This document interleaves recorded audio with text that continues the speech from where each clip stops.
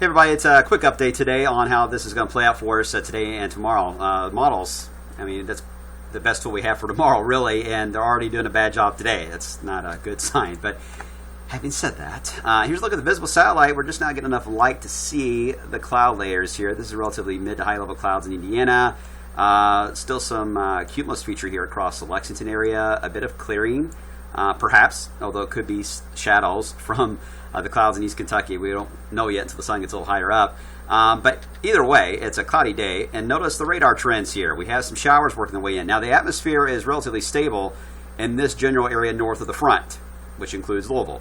Now, south of the front, it's more unstable. And that's why we're seeing more of the lightning. So the line for thunderstorms looks to be right along, really, the parkways for this morning.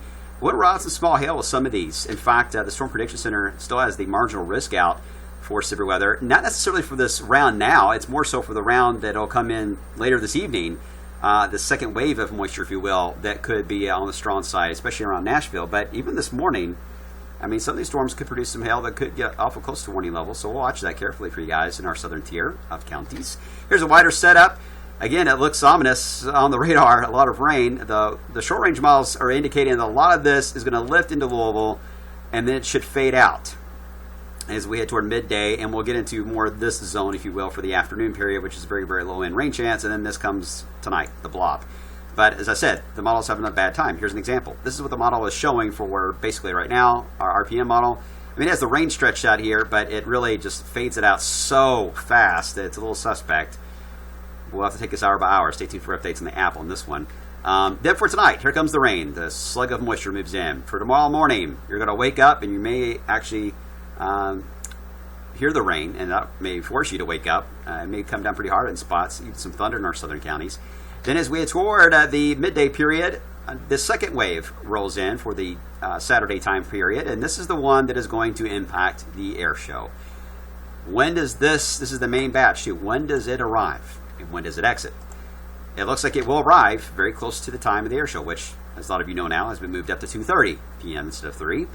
However, if it looks like this in the radar, it will be delayed even later than the original time. So we'll see how it plays out, but some showers will pass through. Look how close we are to the warm weather. You can just see it in the distance, right? Or I should say feel it. 74 in Somerset. That's how close the warm air will be, but close doesn't count. Some thunderstorms possible because of that in our southern counties. But here locally, northeast wind, heavy rain at the start of the air show, it still looks likely, and it may cause a delay. However, we are seeing strong signals of a dry slot working its way in here for the core of the air show to the start of the fireworks.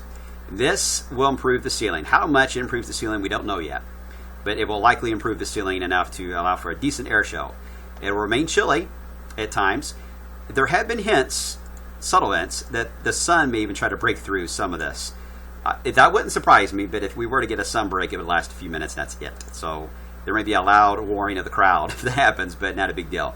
Because the backside of this, the deformation zone, if you will, of the low, will begin to move in, and this will be more of the light rain and drizzle just at the time the fireworks begin to launch. We may get the fireworks show in before it moves in, but it will linger all the way through the traffic that's heading home for overnight Saturday night into early on Sunday, then improving weather after that. So that's how it looks now, guys. So we'll keep an eye on the trends today. We got a lot to watch just for today. We'll watch Saturday's trends. Stay tuned for updates in the Way Through News weather app. Download it. We will be sending out alerts as this all unfolds. And then, of course, we got our eyes set on next week as well, which looks to be back into a summertime pattern. All right, have a good one. Be safe and be kind to each other.